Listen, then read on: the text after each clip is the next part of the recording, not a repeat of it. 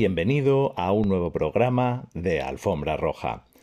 El amor es siempre un buen punto de partida para las películas clásicas.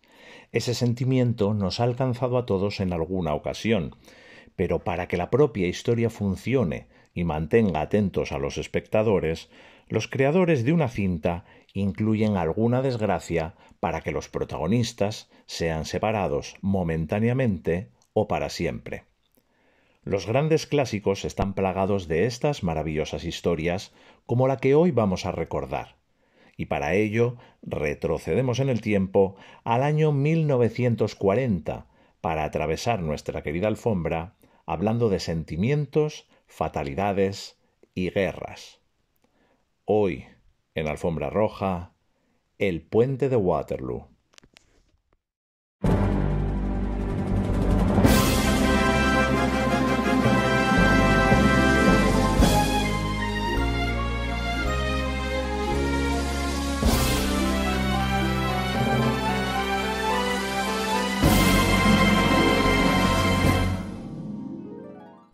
El puente de Waterloo nos cuenta la historia de Mayra, una bailarina clásica que en un refugio antibombas se enamora de Roy, un militar que va a marcharse a luchar en el frente. Ambos saben que su amor es imposible por culpa de la guerra, pero cuando a Roy le dan 2 días de permiso, decide casarse con Mayra. Esta se queda sola tras la marcha de su amado y tiene que sobrevivir como buenamente pueda, hasta el día en que por casualidad se entera de que Roy ha muerto en combate. La película estuvo dirigida por Mervyn LeRoy, cineasta responsable de joyas como Mujercitas, Hampa Dorada o La mala semilla. La gran actriz Vivien Leigh se encargó de dar vida a Mayra Lester.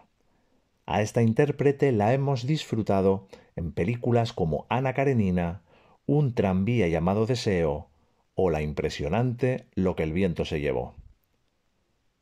Robert Taylor interpreta a Roy Cronin. En su filmografía destacan títulos como Ivanhoe, Quo Vadis o Margarita Gautier. Hay películas que envejecen mal, a pesar de que sigan fascinando a los cinéfilos. Pero no es este el caso del Puente de Waterloo, espléndido melodrama bélico cuya belleza no ha sido afectada por el paso del tiempo. Con casi 85 años a sus espaldas, esta cinta del maestro LeRoy conserva la misma frescura y vigencia que en el momento de su estreno. La sencilla y a un tiempo dramática historia de amor que relata sigue encandilando al buen amante del cine.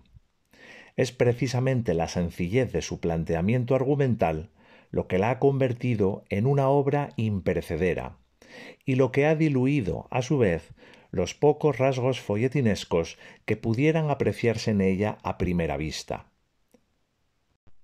El amor, en sus múltiples facetas, es uno de los grandes temas recurrentes del cine, pero cuando se pretende narrar una historia de amor en imágenes, es fácil caer en sensiblerías excesivas, que acaban por restar credibilidad a lo que se está contando. Mervyn LeRoy, buen conocedor de los resortes del arte cinematográfico, supo plasmar en El puente de Waterloo un romance clásico marcado por el estigma de la tragedia, narrado con sensibilidad, pero sin cargar las tintas en las escenas más emotivas. El resultado fue un extraordinario film romántico que funcionó a las 1000 maravillas en taquilla, convirtiéndose en uno de los grandes éxitos de la Metro en 1940. El peso de la película recae sobre una Vivien Leigh en la plenitud tanto de su belleza como de su talento. La cinta es pródiga en escenas memorables, que forman parte ya de la iconografía del arte cinematográfico y también de la memoria colectiva de los cinéfilos. Quizá la más recordada de todas esas escenas sea la del baile en el Club de las Velas, imitada hasta la saciedad en films posteriores. Hubo algunos problemas a la hora de rodar esta secuencia. LeRoy quería filmarla a la luz de las velas, pero no fue posible pues quedaba demasiado oscura. Los técnicos de iluminación lo solucionaron distribuyendo pequeñas bombillas de bajo voltaje estratégicamente, de modo que produjeran el efecto deseado por el director. El resultado final fue la escena más romántica de la cinta, que culmina con uno de esos besos limpios y honestos que tan generosamente prodigaba el cine de antaño. Todos los intérpretes, incluidos los secundarios, están geniales en sus papeles, pero es Vivian quien se lleva el gato al agua, como suele decirse. Solo ella podría hacer creíble a Mayra Lester, una muchacha sin malicia de ninguna clase, víctima de la implacabilidad del destino. Como Escarlata, la actriz británica ya había demostrado con creces su habilidad innata para los papeles dramáticos, pero como Mayra dejó claro que era una intérprete fabulosa, capaz de dominar los más insospechados registros sin sobreactuar en ningún momento. Está soberbia en todos y cada uno de los pasajes del film, pero especialmente en la escena de la estación, cuando reaparece Roy, como un fantasma procedente del pasado. Esta secuencia comienza con un primer plano de nuestra heroína, cuyo rostro muestra una expresión vacía, característica de alguien que se ha resignado a su destino y ya no espera absolutamente nada de la vida. Mayra, que al igual que Kitty se ha visto empujada a ejercer el oficio más antiguo del mundo para sobrevivir, se nos aparece como una muñeca rota, un ser sin esperanzas ni ilusiones, que se limita a vegetar por pura inercia. Ella, en cierto modo, no busca clientes, simplemente está allí, y si algún hombre se le acerca, no lo rechazará porque tiene que comer, pero nunca es ella la que busca el acercamiento. El mérito del héroe, ayudado por la gran facilidad expresiva de Vivian, reside en transmitirnos con solo un primer plano la idea de que a pesar del modo en que la vida se ha ensañado con Mayra, ella no está totalmente hundida en el fango. El hecho de que no busque clientes por propia iniciativa, sino que permanezca en una especie de actitud de espera, revela que aún conserva buena parte de su dignidad de mujer. Cuando cree vislumbrar el rostro de Roy entre los soldados que desembarcan del tren, el asombro más genuino se dibuja en su hermosa faz, asombro que es reemplazado por una expresión de inmensa alegría, ensombrecida en parte por el dolor que le causa que el hombre al que ama la vea allí, en aquel andén, vestida de aquella forma tan inequívoca. Pero Roy es un hombre profundamente enamorado, que no repara en la provocativa, para la época, indumentaria de ella, y que da rienda suelta a su felicidad, estrechándola fuertemente entre sus brazos. Llegados aquí, la cámara enfoca de nuevo el rostro de Mayra, húmedo del llanto, del que ha desaparecido toda la tensión acumulada, mostrando una plácida expresión de felicidad, sólo ligeramente matizada por el dolor que se adivina en el fondo de sus pupilas. La cinta es pródiga en escenas tan intensas como la descrita, actos en los que Vivian dio lo mejor de sí como actriz, siempre secundada por el gran Robert Taylor, impecable en su papel de galán romántico a la vieja usanza.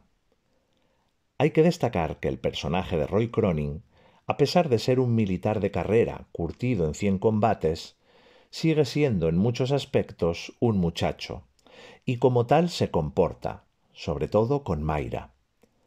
Aun cuando no se mencione nada al respecto, adivinamos que la bella danzarina es su primer amor, el más puro y sincero, el que marca para toda la vida. El hombre endurecido en el horror de las trincheras, el recio oficial que consiguió sobrevivir en un campo de prisioneros alemán, es casi como un chiquillo ante la mujer que ama.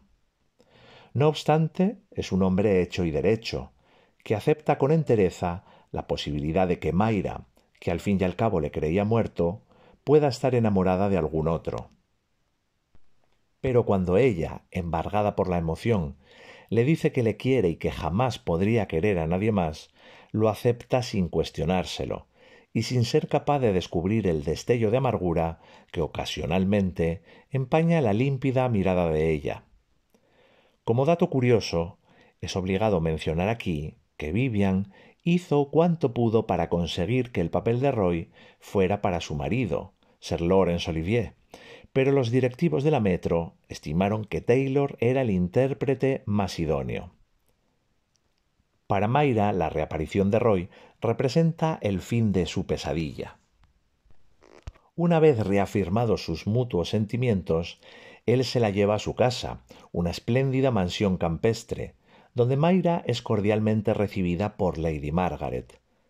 Aunque a veces le asalta el temor de que Roy llegue a saber cómo se ha ganado el sustento durante bastante tiempo, la muchacha procura apartar esos siniestros pensamientos de su mente, concentrándose en amarle cada día más.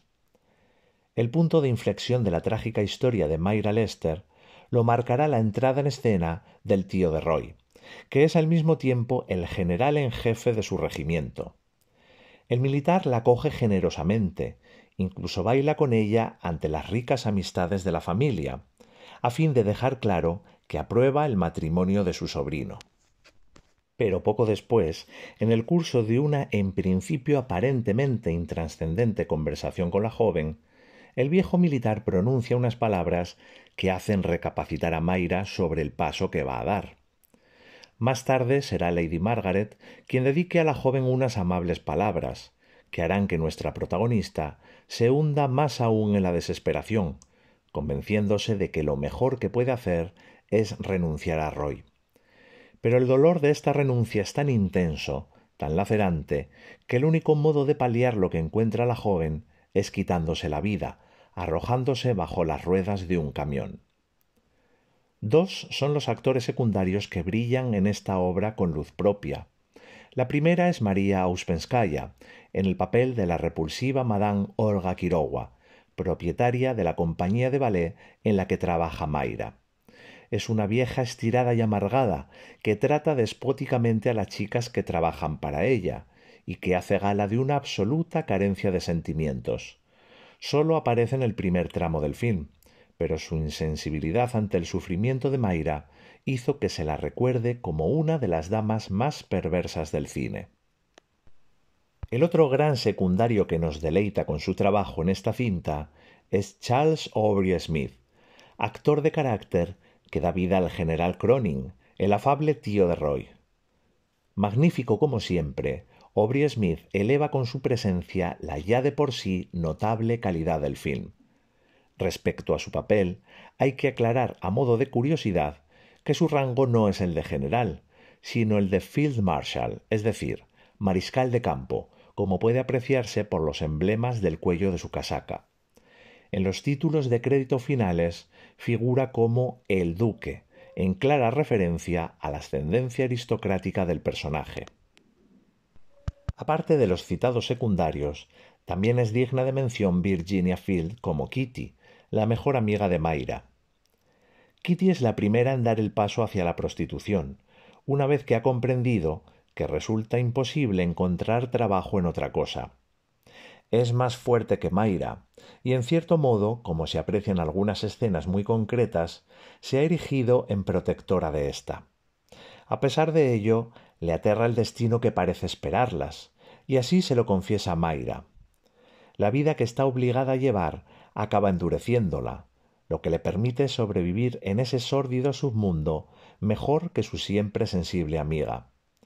Cuando Mayra le cuenta que Roy está vivo y que todavía desea casarse con ella, Kitty no puede evitar mostrar su escepticismo, comentando que eso solo pasa en las novelas, pero muestra su alegría por la resurrección de Roy y en su fuero interno desea fervientemente que ese sea el comienzo de una nueva vida para Mayra.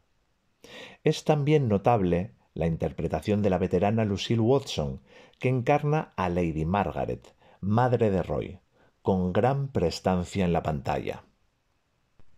Toda la película es un largo flashback que comienza en septiembre de 1939, cuando un envejecido coronel Cronin cruza el puente de Waterloo andando, mientras rememora con brillo de lágrimas en los ojos su desdichada historia de amor.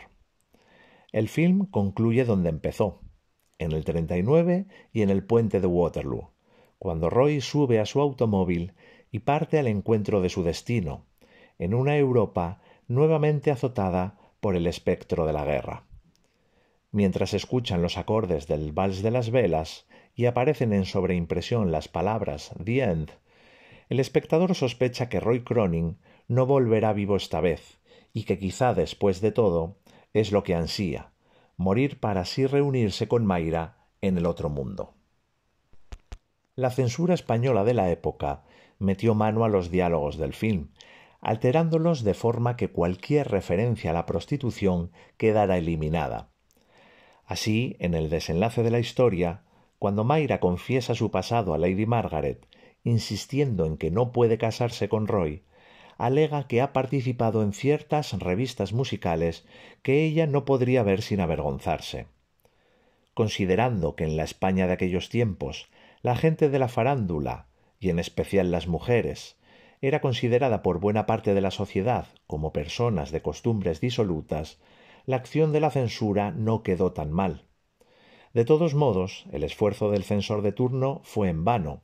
La escena en la que Kitty regresa a casa ataviada con unas ropas inconfundibles, siendo observada con suspicacia por un típico policía londinense, despeja cualquier duda sobre el oficio que desempeña. Metro-Goldwyn-Mayer compró la versión de 1931 de Universal Pictures a fin de producirla de nuevo. Desde su estreno inicial, la versión de ese año había sido censurada en importantes ciudades estadounidenses, debido a las oposiciones oficiales a la exhibición de la prostitución. La censura fue impuesta primero por autoridades locales, por ejemplo, el Consejo de Censura de Chicago, y después la aplicación del Código Hays hizo imposible proyectar esta película en cualquier parte de los Estados Unidos.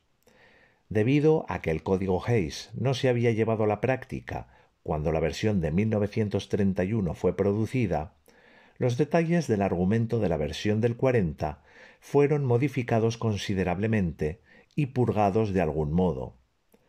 En la obra original y la película anterior, que se basan en las experiencias personales del autor, Sherwood, ambos protagonistas son estadounidenses. Mayra, la corista en paro que posteriormente se convierte en prostituta, y Roy, el joven expatriado de 19 años que no se da cuenta de cómo es ella. En la versión de 1940, ambos son ingleses. En la película original, Mayra pierde su vida accidentalmente después de haber solucionado satisfactoriamente su situación con Roy. En la versión de 1940, Mayra se suicida cuando su conflicto interior se vuelve insostenible. Curiosamente, prácticamente la totalidad de las películas rodadas por Vivien Leigh, salvo un par de ellas, terminan mal, con la protagonista muerta, abandonada a su suerte o completamente loca. El estreno del Puente de Waterloo se realizó primero en Nueva York y poco después en Londres, donde la película recibió críticas positivas. El film es reconocido por el American Film Institute en sus listas de películas destacadas. El Puente de Waterloo se vio por primera vez en China a principios de los años 80 del siglo XX y pronto se convirtió en una de las películas estadounidenses más populares entre el público. La traducción china del nombre de dicha película es Muerte en el Puente Azul. El Puente de Waterloo tuvo 2 nominaciones a los premios Oscar, a la mejor banda sonora original y a la mejor fotografía. El implacable paso del tiempo, que todo se lo lleva por delante, no ha podido, sin embargo, con los clásicos del Hollywood de los grandes estudios, y El Puente de Waterloo es buena prueba de ello. La historia de amor del capitán Roy Cronin y la bailarina Mayra Lester, tan trágica como maravillosa, seguirá haciendo vibrar las fibras más sensibles de los amantes del séptimo arte. Y es que, en lo que al cine se refiere, cualquier tiempo pasado fue mucho mejor. Y hasta aquí el programa de hoy. Espero que lo hayas disfrutado y, como siempre, dale me gusta, coméntalo, suscríbete al canal y pásalo a todos tus contactos. Nos vemos la próxima semana aquí, en Alfombra Roja.